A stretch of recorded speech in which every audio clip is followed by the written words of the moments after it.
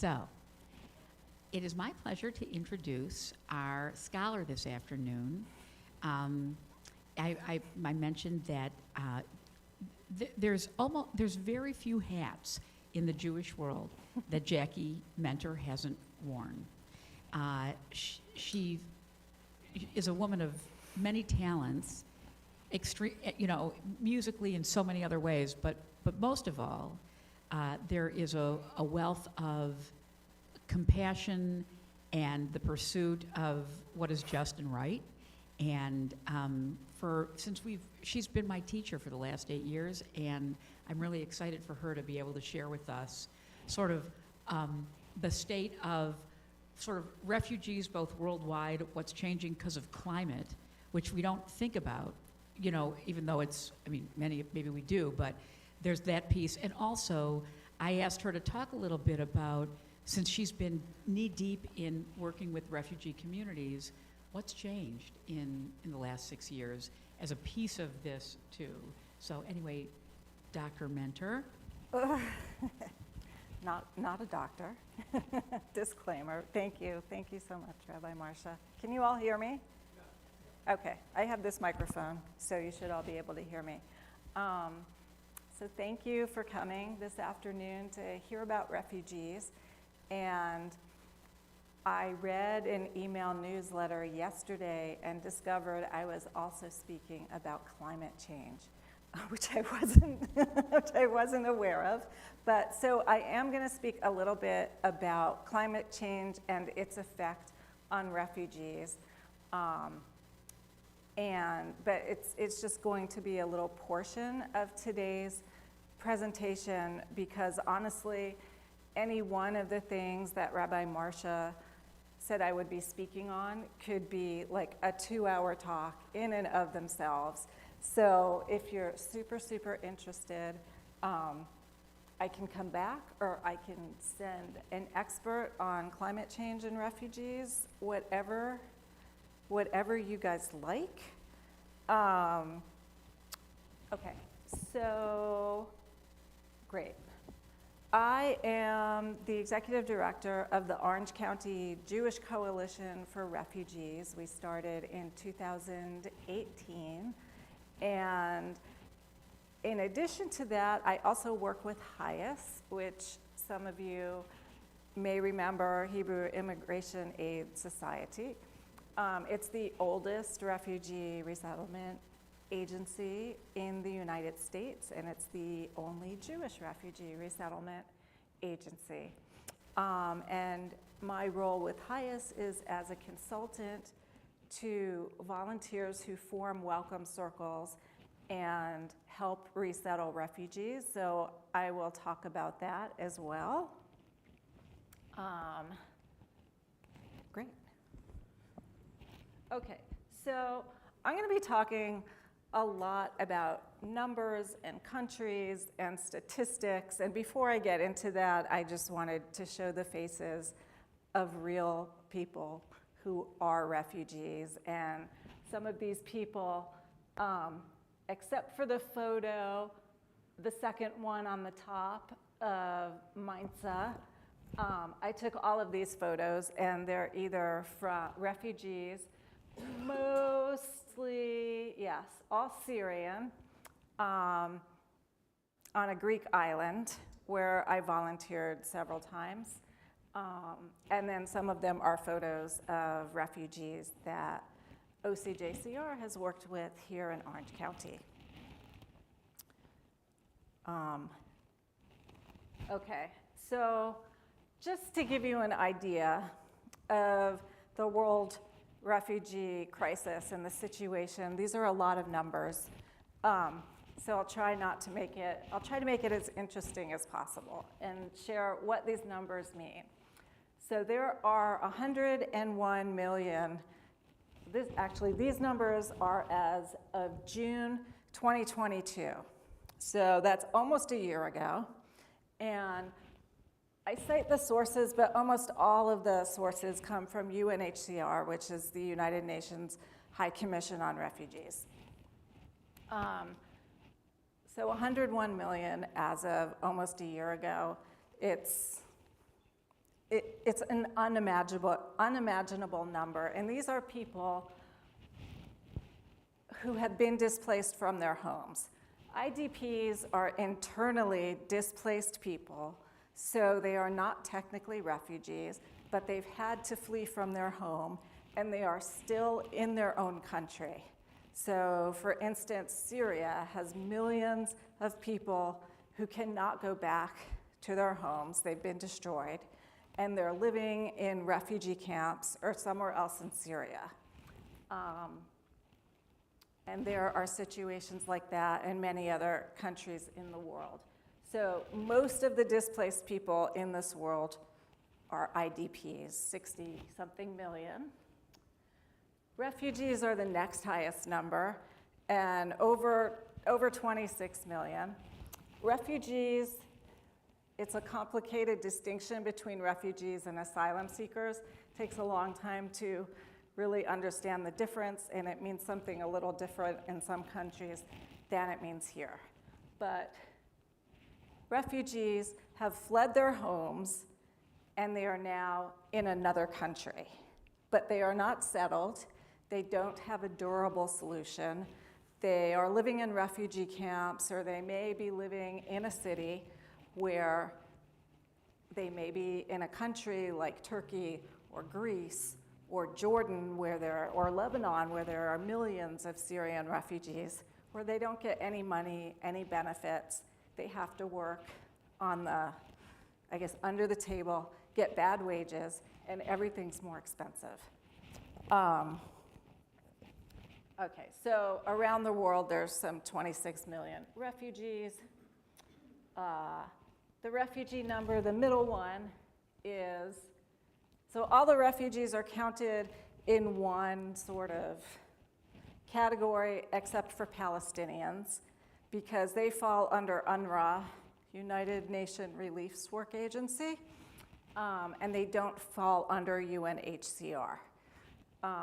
So we don't need to talk about that, but they are another 5.8 million. Yes. The purple. And that's purely Palestinian? Yes, those are all Palestinian. The pink purple or the? Bluish purple. The purple that is closest to the pink. So the left. Above it. Yeah, exactly. There's 5.8 million. Yeah. It says UNRWA. Yeah, UNRWA, United Nations Work. Now those are the Palestinians? Yes. Okay. So, who has the pointer? Cool. Hey, thank you, Aiden. Then we have some 4.5 million asylum seekers who are similar to refugees. In the United States, an asylum seeker is somebody who has come to our country to claim asylum and basically asking to be recognized as a refugee and given the right to settle here and, get the tiny amount of benefits that refugees get in the United States, and not be deported, not be sent back to their own country where it's dangerous for them. Approximately how many of the 4.5 million asylum seekers are from the United States, or is that inclusive? Not from the United States. Coming into the United States? I have that on another slide. Okay. Yeah. And that's total worldwide? That's total worldwide. Now, refugees and asylum seekers worldwide are often conflated, so that's kind of a technical distinction. And then, I don't know why Venezuelans have this special category, but there's some 4 million Venezuelans who are under the protection of the United Nations High Commission on Refugees, and I don't understand why, but they are not designated as either refugees or asylum seekers, but they are displaced. They cannot go back to Venezuela. And I don't know why they haven't been put into one of those categories. Okay, so now these numbers are as of October 22. So that's June, July, August. 4 months later, right? The number has gone up from 101 million to 103 million displaced people in 4 months. That's crazy. 2022, what was going on? Well, Ukraine, millions of people were fleeing Ukraine. So that probably explains. So here are the numbers, what I just said, just they've all gone up a little bit. How would you distinguish internally displaced versus refugees? Refugees are out leaving the country that they were from, Yes. and internally is, They are still stuck within their own country. They could be in a refugee camp within their own country, but they cannot go back to their home because it's either too dangerous, there's fighting there, or their home may have been destroyed, or somebody may be looking for them to kill them. so how would Ukrainians suffer with this war and are suffering now? Would they be considered refugees? I don't think there are any internal camps within Ukraine. So this is a good question. There are internally placed people in Ukraine who remain in Ukraine, like the city of Mariupol has been completely destroyed. So they've had to go somewhere else in Ukraine. They may not have decided to leave Ukraine. So they're displaced within their own country. The situation with Ukrainians is, again, a little complicated also because Ukrainians are not technically considered refugees. Because in order to be considered a refugee or to be eligible to make a claim of asylum, you have to fall within one of five different categories, which is you have a fear of persecution in your own country for either your religion, you're a member of a social group, you might be gay, and that's not allowed in your country, your ethnicity, your country of origin, and I always forget one. And for Ukrainians, that's not the case. Yeah. So they are actually not refugees. So actually, they meet the 5.3 million of others in need of international protection. Those are probably mostly Ukrainians. So would you say that most of the, I don't know if you have other statistics that break down some of these very low numbers? I'm assuming the internally displaced is very heavily loaded in Africa. Syria. I don't know the total breakdown of IDPs. Africa, I know Africa, Syria, Afghanistan. I think the main countries from which the majority of refugees come, which I think is the next slide. Excuse me a second. Yes. Why Ukrainians are not considered refugees? There are millions of them in Poland, Czechoslovakia. Why Right. are not refugees? If they'll be peace, can they go back to the country? They can go back to their country. Some of them do go back to their country. In order to be a refugee, you need to have a credible fear of being persecuted by your government for a religious belief or being a member of a social group that's discriminated against. So the difference is that these guys are fleeing because another country's attacking them. Yes, and that is not, by international law, that does not qualify you as a refugee. Palestinians, a lot of Palestinians did very well in Jordan, so they wouldn't be refugees. They're a special case. So I'm not going to have that discussion because there's so many nuances, and I'm not an expert in that area. But yeah, some people would consider them refugees and others may not. And you make a valid point, and there's a lot said about it.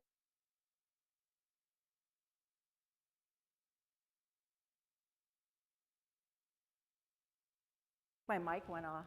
There are many Palestinian refugees in Jordan, and there are also many Syrian refugees in Jordan. So these numbers, these statistics are insane when you think about how high the numbers are. I don't know if anybody knows to whom to attribute this quote. The death of one man is a tragedy, and the death of a million is a statistic. Does anybody remember who said that? It was Stalin. Stalin. Yeah.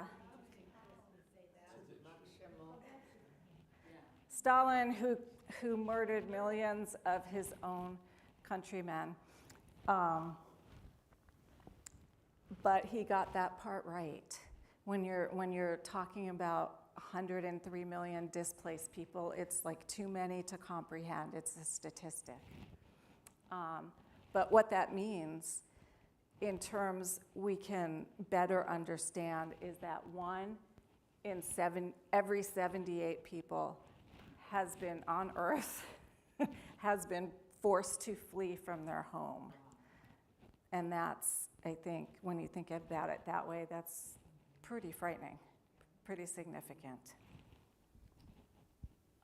Okay, so top 5 countries of origin. What this is talking about are the countries from which the most refugees come. So the highest numbers of refugees, and I know Ukraine is up there even though they're technically not refugees, are Afghanistan with over 2 million, and Ukraine, displaced people called refugees even though technically they're not refugees. South Sudan, Syria really, they're kind of still the highest. And when you think about it, Syria, before their civil war started in 2011, they had a population of 22 million, and some 11 million people, some 11 million Syrians have left the country. Yeah, and then Venezuela, and there's like 5 million, 6, almost 7 million. And again, I don't know why the 5 million number, they're not considered refugees. I don't understand that number. But because of what's been going on in Venezuela, they cannot go back. And then the next. Maybe it's because they're starving. Starving. No, really, that may not be one of those 5 reasons. Well, it could be they're considered migrants, which is not the same as refugees. And migrants are people who have to flee, I think you might be right, have to flee for economic reasons rather than persecution. So these are the 5 top host countries of refugees. They're usually refugees flee to a neighboring country. So a lot of the countries hosting refugees are developing countries. Now Colombia, I think, has the bulk of Venezuelans. Germany is, what's the word I'm looking for? Nirvana, Gan Eden. Germany is where all the refugees from Syria and the Middle East would like to go, and many have. So that's why Germany has so many. They've had a pretty fairly open door policy for which they've taken a lot of heat. Angela Merkel has taken a lot of heat for her refugee policies. For many years they were actually needed as workers. That's true. They still do, actually. And so do we. So does the United States. Turkey has so many refugees because they're coming from Syria and then all the other countries in the Middle East and even Africa.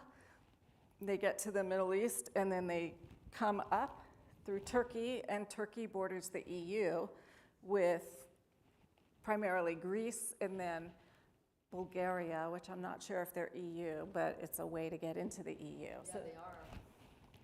so that's why Turkey, Bulgaria is in the EU. it is EU. So that is why, although they're not hospitable to refugees, even if they are in the EU. Yeah, you're probably right. Where is Orban? Bulgaria or No, Hungary? Hungary. They're not hospitable either. No. Uganda and the United States, which I don't understand, honestly, the 340,000 number of refugees in the United States, and I'm wondering if that means refugees who might be on Guam or Puerto Rico. You know, the one country that they've left off is Poland, Mm. because maybe that's after 2022, maybe that's. So these are just the top 5 Yeah, countries. Poland has taken a lot. Poland has taken in a lot of Ukrainians. I think the thing that's interesting, Jackie, Yeah. when you look at the U.S., Mhm. I mean, obviously, it's the statistic of asylum seekers Yes. who seem to be here compared to the other countries. Exactly. So, and that gets probably into the confusion of of like, are you an asylum seeker or are you a refugee? You know, Right. Can you unpack that a little bit? Yeah, well, I'm glad you asked that question because I think it's Afghanistan, you know, from last year or something, there's a lot of Afghanistan refugees. so They had a right in the asylum. that's part of it. And because so many refugees or asylum seeking people seeking refuge want to come to the United States, and they will come from all over the world. They will come from the Middle East, from Africa. For many years, they would fly to Ecuador and Brazil because Ecuador did not require a visa for these countries. And they could come in, and Brazil did not require a visa. I think Brazil still may not require a visa because now Afghans are finding their way to Brazil. And then what they do is they literally walk up South America and through Central America, through a very, very dangerous region called the Darien Gap, which is jungle, and there are guerrillas and fighters and militia of all types, and some percentage of them do not survive. We're going to have an Afghan who actually took this journey speak in a few months. But this is what people are doing, people from Haiti, the Caribbean, from all over the world. And they will come up to Mexico and try to enter the United States. How difficult it is for Ukrainians to come to the U.S.? I will talk about Ukrainians in a few minutes because it's a little bit different for them now. So when they get to Mexico, in the United States, for the past few years, there have been different COVID policies. Title 42 has been used to keep asylum seekers out.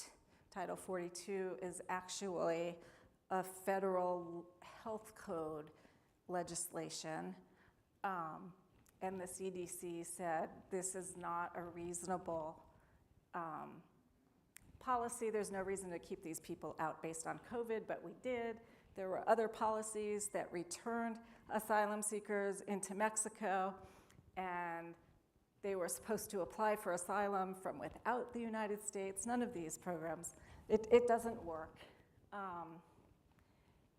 And the reason we have so many, over 1.4 million, is our asylum system is a huge mess. It's very, very slow. I don't know if most of you know this, but people who enter the country through a port of entry and claim asylum, ask for asylum, are put into jail. That is how they are welcome to the country, and while they are in jail, they can make their claim for asylum, and some of them may be released after a few days. Many are held and incarcerated for months or years, and they have committed no crime. And also, our system is very slow in adjudicating these cases. I know one man from Nepal who came here over 10 years ago, and his asylum case has still not been heard. It's pretty crazy. Okay, so, getting away from all these numbers and statistics, I know it's a lot. I assume Uganda's almost, I mean, that's a very poor country, I'm surprised. Yes, but they've actually been very welcoming to refugees, and they've had some of the best results with refugees, and if you have to be a refugee, it's not a horrible place to be. One thing I didn't share is that the average time of a refugee's journey from, leaving their home, possibly living in a refugee camp for years to being resettled, the average amount of time is 17 years. 17. Some of them spend years, some even decades in refugee camps. Their whole lives are in refugee camps. And of those who are resettled, each year, it's only something like 0.2%. So if we have, right now we have over 30 million refugees. I don't know what 0.2% of that is. It's not a very big number. It's a drop in the ocean. In fact, there's a Swedish NGO called Drop in the Ocean that goes and works in refugee camps. Okay, climate migration. So many of the displaced people of recent are called climate refugees, or they are not refugees by the technical definition of a refugee. The Geneva Convention of 1951, gave those five categories by which you can claim asylum and be recognized as a refugee. And having to leave your home because of drought or famine is not one of those reasons. Yet, in the next 20, 30 years, we're going to see tens of millions of people displaced on the planet because of climate change. Extreme weather, drought, food insecurity. Bangladesh, parts of Bangladesh are already unlivable because they're covered in water. Some islands in the South Pacific will soon not exist at all because they will be completely covered in water. In fact, there was a man from the South Pacific island of Kiribati who went to Australia to claim asylum because where he lives in Kiribati is soon to be covered with water. They did not recognize his asylum claim, and they deported him back to Kiribati. So now he's where he started. So international law and politicians need to look at this. Some of them are, and they need to adjust policies to account for this. Aiden, I think I need you to play this. This is 3 minutes.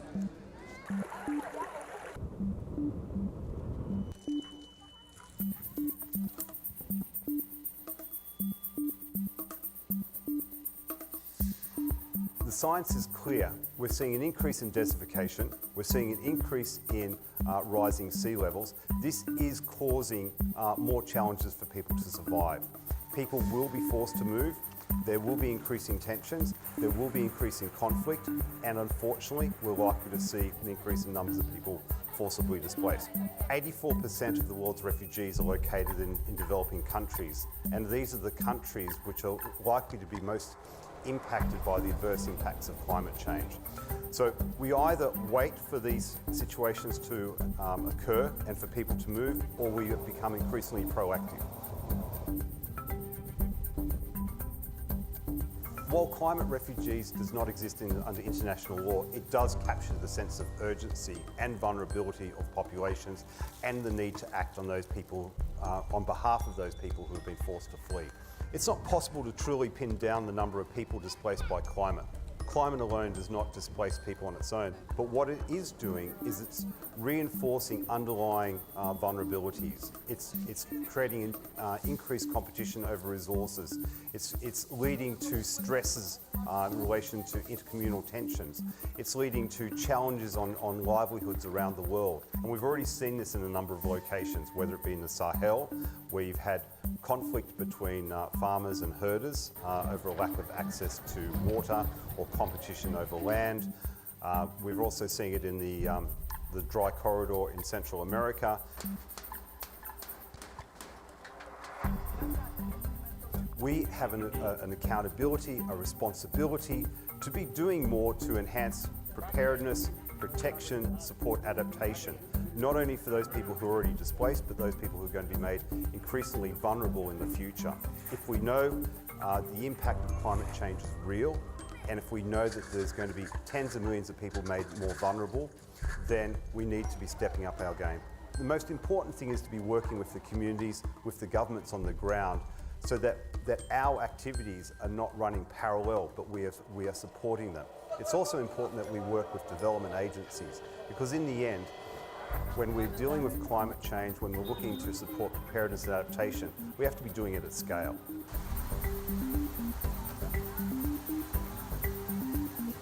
COVID-19 is adding an additional layer of vulnerability to displaced populations.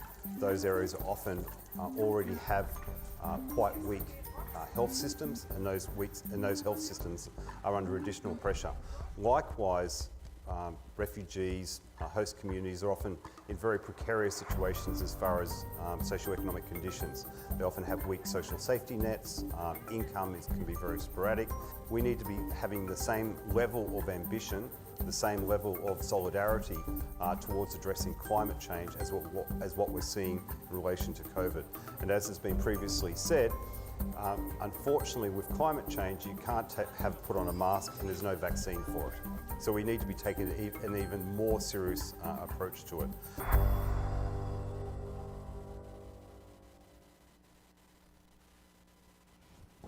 So anyway, there's a lot to be said about climate change and refugees, and I just wanted to share a few tidbits. It's a serious issue, and I think we'll be hearing more and more about it. Right, Pakistan just had those major floods, and I don't know how many tens of thousands of people were displaced. Marcia, I think you know my husband's cousin Fievel and his wife Sydney. They're both rabbis. They live in Shreveport, Louisiana, and their home, almost all of their home was destroyed by a tornado a few weeks ago. Thank God they're all safe, and they were inside the home. But I mean, even in the United States, we have people displaced from the effects of climate change. Katrina, the California fires, I forget the name of that place. Yeah, it's everywhere.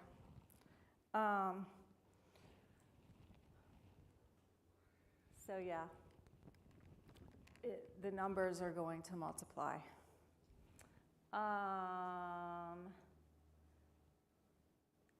So basically, there are solutions for people who want to do something about climate change. That's a whole other topic, but there are things we can all do, and government and legislation is part of that. Orange County is trying to do its part. That's a whole separate presentation, though. Yes. And I know that there are 4 bills that they're watching that are still in committee. They're watching them to make sure that they remain good and don't have tweaks in them. Good. You know more about it than I do. I do know that JPAC, the Jewish Public Affairs Committee, is having their summit in Sacramento. Yes. Groups, and I can't name them. Probably RAC will be joining with JPAC for a number of advocacy issues, including immigration and climate change, and that's in the beginning of May. Wow. Okay, so the rest of what I will talk about is Orange County, what's going on in Orange County, and for those of you who might want to get more involved in helping refugees here, what you can do to take action. And there are many different ways. And so my organization works in several different ways. We do educational events, raise awareness, we do political advocacy. We will be meeting with our members of Congress in April, most likely by Zoom. There are several pieces of legislation, including the Afghan Adjustment Act, which has yet to be passed.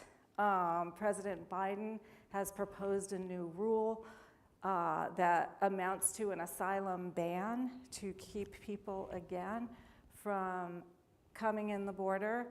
And you have until Monday this is one of those rules where citizens get to make a public comment and the government has to read every single unique comment. You have until Monday to register a comment if you wish to do so. We provide emergency financial assistance to refugees who have emergency situations, medical bills, their car explodes, or situations where they can't meet their monthly expenses. We help with that. And we help resettle refugees. And we also have a Heart to Home program where we furnish apartments for refugees. And in 2022, we helped furnish over 50 apartments. We're looking to grow that this year. And one of the main programs, we also do some donation drives throughout the year. Lots of school children, particularly in Anaheim, got backpacks stuffed with school supplies, and they will be getting them again this summer. And for those of you sitting with me at lunch, this is one of our storage spaces that Barbara was talking about, where we have our smaller home goods where refugee families can come and pick out what they want. We have another storage unit with larger furniture items. And these are some of the Afghan families that we have been working with. Some of the Ukrainian families. And the main way that we've been working with these families is through welcome circles in partnership with HIAS. And some of you might know that Barbara Rosen started a welcome circle for an Afghan family of 3 who arrived 13 months ago. And they live here in Fullerton. Yeah. And they were part of the 76,000 Afghans that were evacuated from Kabul the last few days that the United States had a presence in Kabul. And this is a wonderful way to help families adjust to life in the United States. It's a lot of time. It's a commitment of your heart and your soul and some finances. And Welcome Circle volunteers, it's essentially a form of private sponsorship where volunteers are trained to do the work that resettlement caseworkers would do, because there's not enough staff in our refugee resettlement infrastructure right now. So our government has adopted, this was the pilot program, actually, that started a year ago for private citizens to sponsor refugees, and it is now becoming an actual part integrated into our U.S. resettlement program. I think it will be a fixture, a program that's going to remain for many, many years. I'm sorry, Yes. So you're using many agencies, so not just HIAS, or not just something like OCA or Home for Refugees, but when you say it's part of the U.S. program, are they trying to engage, let's say, hundreds of nonprofits to do what you've been doing? So is that what you mean on a macro level? Yeah, so the Welcome Circle, or also known as Sponsor Circles program, started a little over a year ago, and it was the pilot project to have regular volunteers not affiliated with a resettlement agency, in the sense that resettlement agency caseworkers are doing the work, because they're not, even though HIAS is giving guidance. And HIAS is a resettlement agency. It's the volunteers who do the resettlement work. And you know, it's quite a bit of work. That second bullet should say dealing with bureaucracies. Yes, it should. But then, That's what we spend but then who would volunteer for that? days and days and But yeah, that's what, that's what securing benefits is. In this country, we have a huge problem with people who migrate from one state to another. We call them the homeless. Yes. And that's also another. Yeah, we have homeless too, and that's another, We need a budget for it. And It's- still kind of all over the place. it's another crucial issue that has to be dealt with. Both issues need to be addressed and dealt with.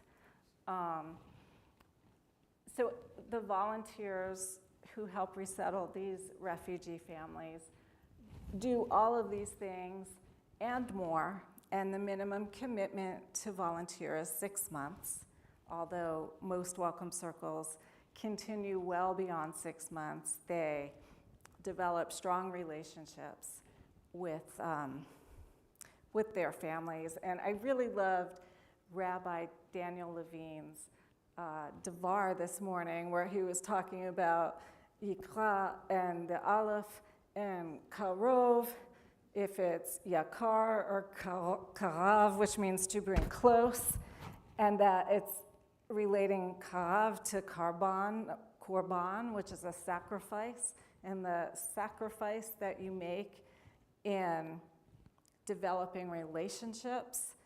And while he was talking about this, and I love that, because I just love that kind of thing, I was thinking about the types of sacrifices volunteers make when they really live the value of welcoming the stranger. And you are sacrificing your time and your energy and sometimes your financial resources and what you get back in return. What would you say, Barbara, that you get back in return? It's just the biggest win-win situation. It's just marvelous. Marvelous win-win. It's just a wonderful feeling to see how appreciated the volunteers are. They Yeah. tell us their family. Yeah. Beautiful. Hi, you have a question? So, for an example, as a welcome circle, if you say TEP or any other circle, was to say, we'll form a welcome circle if you can get a family physically located within the area, then we can do that. Yes. Is that the way you look at it? Exactly. I'll say it's a wonderful thing that you asked, because there has been interest internally to TBT that just wasn't able to manifest, but there is a small group. I know, Barbara, you were affiliated with the congregation, but you worked with an independent group when you established yours. There are, Mitch, there are numerous temples in the area that have formed welcome circles. Some of them have formed 2 welcome circles. Okay. The one that I'm involved in was a bunch of stray people. Like ragtag who, people. yeah, the ragtag. And we became got their, together. the collaborative was their fiscal sponsor. The reason you need a synagogue or a nonprofit of any kind is because people can then donate their money through a nonprofit. So if somebody here says, I want to give $2,500 to support the family, they can do it through the synagogue, and then the synagogue releases the money as the family needs it for this humanitarian aid. So that's what we did with Barbara and her group, which were from all over the county. And so, and So yes, We even had somebody donate a car. They donated it to us in JCR, and then they turned it back over. People got a total tax deduction for But it. does OCJR, the organization, Mm-hmm. are you coordinating with these other groups who are trying to expand yes, volunteer-based through groups? 'Cause yes. it would seem that, at least in this arena, trying to get, whether it be Afghans, whether it be Ukrainians, whether it be any other asylum seekers, I assume it's not our to it, or? Yes, so there are a lot of little facets to your question. So yes, in my role with OCJCR, I help bring volunteers together who, like Barbara's group, maybe were from all over the community, wanted to do this, but didn't have a core of people to do it with. So I will help them form a circle. Other circles come from within one synagogue, and almost all or most are members of one synagogue.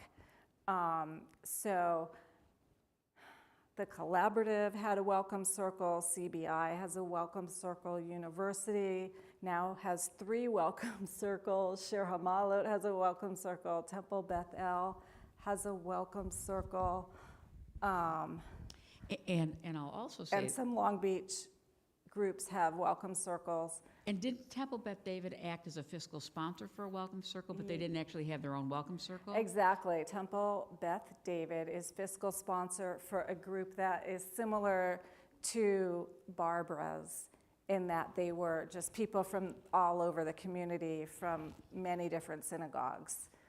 And to the other part of your question, right now we, working in partnership with HIAS, are forming welcome circles for Ukrainians.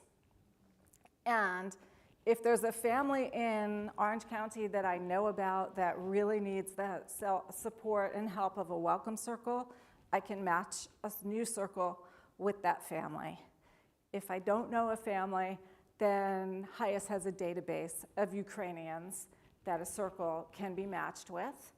And then there's a meeting, like the circle will write up a description of themselves and their community and match it. That will be matched with those in the database, the HIAS database.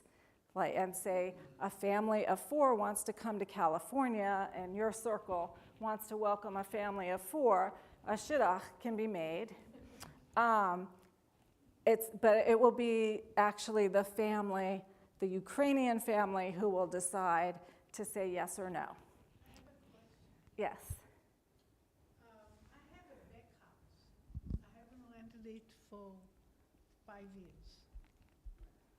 If there is Ukrainian family, maybe 3 people or something, I will volunteer. They'll have to pay, we'll have to find money only for the expenses, you know, the water and all that. But I'm willing to do that. Oh, my God. Oh my God is right. It's totally empty. That's My son is going to amazing. Spain, and I'm willing to do that. Let's talk. We'll talk. Absolutely. That's so Yes.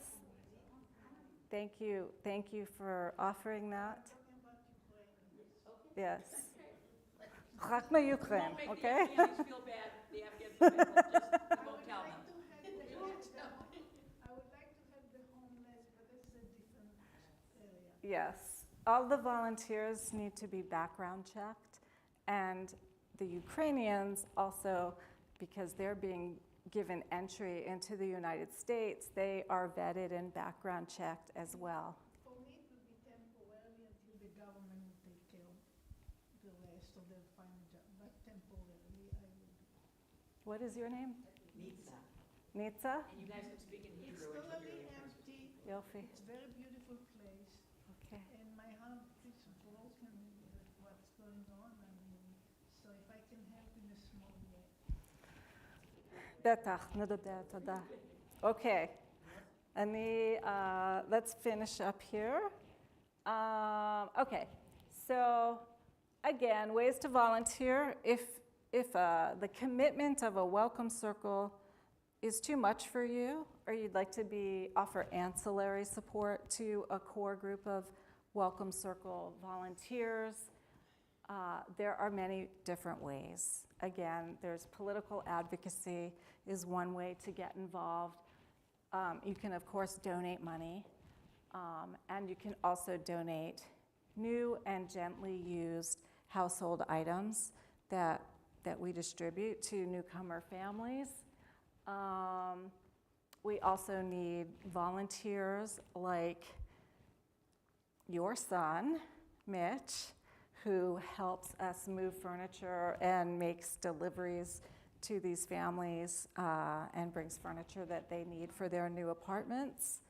So there are lots of different ways to get involved and volunteer, and I actually have flyers that I forgot to take out, so I will put them up here. And I think that is the end of my presentation. It is. Yes.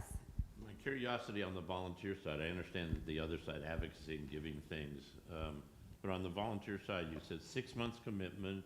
Yes. But how often? I mean, are you doing this every day for 6 months? Oh. Or you? Okay. Yeah. So it's a 6-month commitment. Welcome Circle is a team, a group of volunteers of 5 to 8, 5 to 10 people. The data shows, because we do surveys, that volunteers on average give about 5 hours a week of their time cumulatively for the whole team. I think it's probably maybe a little more than that. Definitely for the first month. The first month is more intense. And then it becomes a little bit less intense. But it is a serious time commitment of a few hours a week, for sure. I'm assuming the 6 months is just to get the family placed in, if they have kids, getting them into some kind of schooling. I assume Yes. some of the more complicated things like registering, getting to the school to get registered, but meeting all the requirements is done by not by the volunteers, but by the committee? Who does the work that has to meet with government agencies and all that stuff? Would you like to answer, Barbara?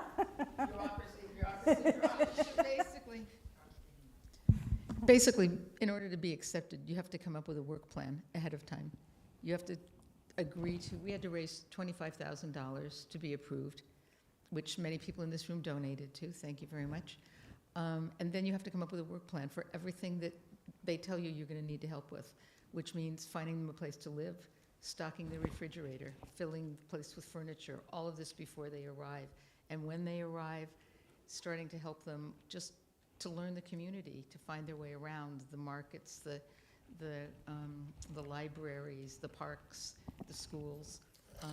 We're helping to register the child for school, help the father find a job, working to help find the father get a better job, getting them enrolled in English language classes, dealing with a lot of bureaucratic stuff.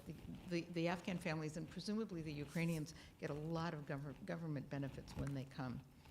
But dealing with the government agencies is just a lot of work. So, so it is a major time commitment, as Jackie said, mostly at the beginning, but I think our Welcome Circle is unique because we've put in a lot more time than most, because we are crazy about our family. We're just crazy about them.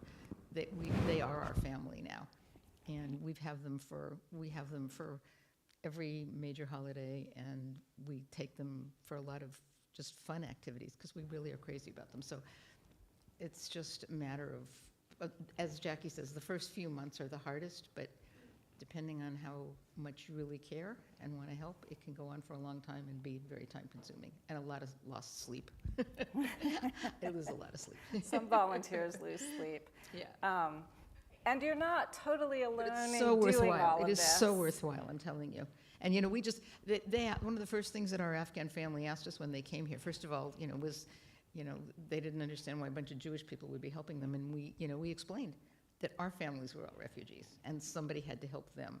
And so we're just giving back. And they loved hearing that.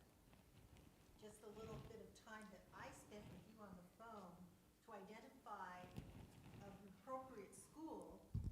Which I've been meaning to say to you for the longest time, Miriam. That was one of the best things that ever happened. But, that was just one. It was the little best thing. nuggets It's been heavenly, of your trying to recommendation. say, okay, you live here.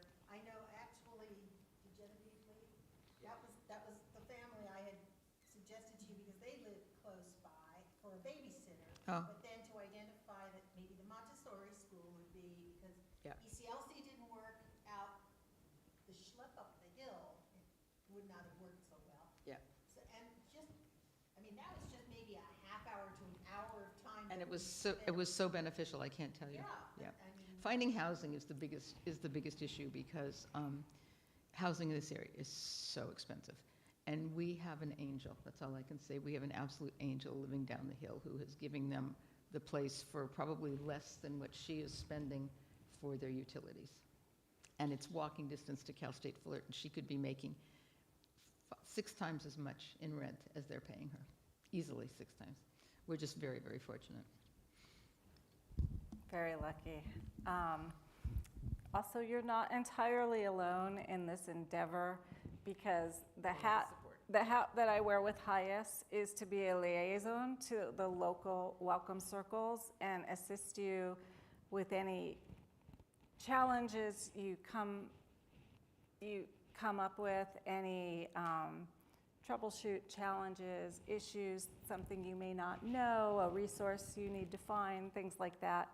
And there are trainings offered by HIAS and office hours where you can ask questions. And now we also have many volunteers in the community who have already done this, who can be a resource of information as well. And it's really life-changing work, as Barbara knows. It's very gratifying. You're making, you can't even say how big a difference you're making in the lives of people that you're helping resettle. I wonder, Jackie, of the many different groups, have any of the families adopted by a small group within a congregation gotten to know the congregation? Do you see what I'm saying? Yeah. I mean, has that happened at all? I'd say a little bit. Yes, a little bit. If the families who have a congregation, members of a congregation are their circle, have they gotten to know people in the congregation? And yes, because not just the circle is volunteering. There are often 20, 30 ancillary volunteers who also help with many of the tasks. And sometimes they come and speak at Shabbat services. I have at Temple Beth El, their family, they're trying to get the mother-in-law to be able to use the kitchen to bake, and the father will be speaking next week. So yeah, there are some relationships that come about that way. Bring our family today to hear this, but I was reluctant to bring them to a luncheon during Ramadan.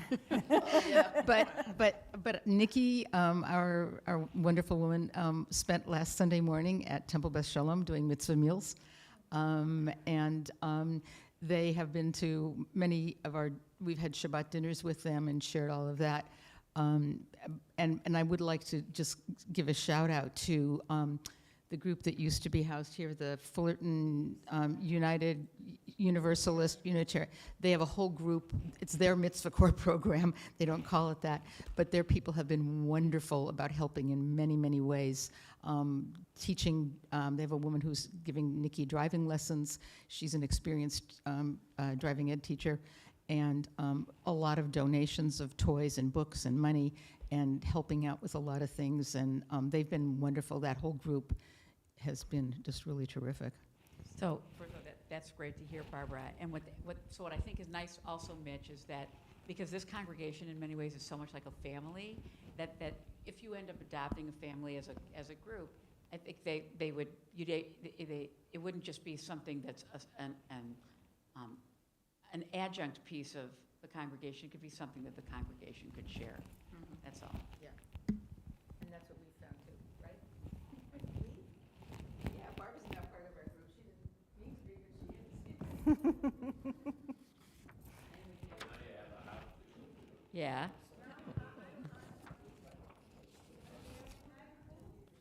So, yes. So Jackie, Yes. first of all, this was great. And I'm just gonna give these out. We'll pass them back. everybody gets a whole packet. Yes. Any other questions for Jackie? All of her information's right there. Yes. Jackie's the contact for you. Yeah, my phone number is on, it should be on at least one of these. And Anna Yes, my phone number is on this flyer. Rabbi Marcia, of course, knows how to get in touch with me.